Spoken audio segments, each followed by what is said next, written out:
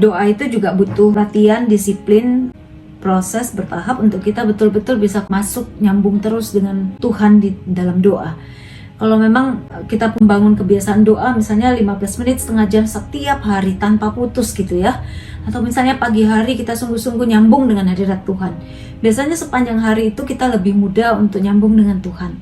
Makanya doa itu kenapa Tuhan Yesus bilang tidak mampukah engkau berjaga-jaga bersamaku 1 jam sehari. Karena apa? Karena kita masih perlu penyesuaian dengan segala macam pikiran kita yang masih di mana-mana itu, untuk sungguh-sungguh bisa nyambung dengan Tuhan.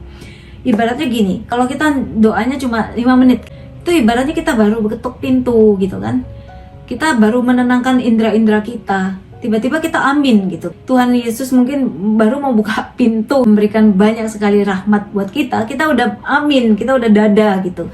Jadi memang sebaiknya ada waktu untuk menenangkan dulu. Tantangannya itu muter-muter gitu kan, kayak pikiran kita tuh kayak lompat-lompat terus kemana-mana. Nah makanya kita butuh waktu mungkin 10 menit, 15 menit tuh untuk menenangkan dulu.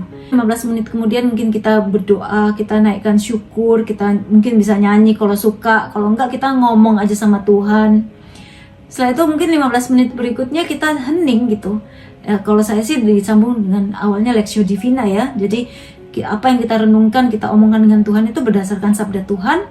Nah setelah itu kita hening. Nah jadi biasanya kalau kita udah sampai pada tahap hening, kontemplasi gitu, itu efeknya itu subur, luar biasa. Doa itu sangat efektif untuk bisa membuat hati kita itu dibentuk oleh Tuhan. Roh Kudus itu menguasai kita, sehingga ketika kita doa sepanjang hari itu hati kita tuh cukup tenang, nyambung dengan Tuhan. Nah hari berikutnya begitu terus, mungkin dalam waktu 6 bulan, 1 tahun, dimanapun kita bisa berdoa. Jadi seperti doa yang tak kunjung putus ya, senantiasa berdoa kata Paulus, itu karena hati kita udah dibentuk, terbiasa, sehingga kalau kita doa Yesus misalnya itu dari hati itu udah tiba-tiba denyut jantungnya itu udah selalu ada Yesus di situ.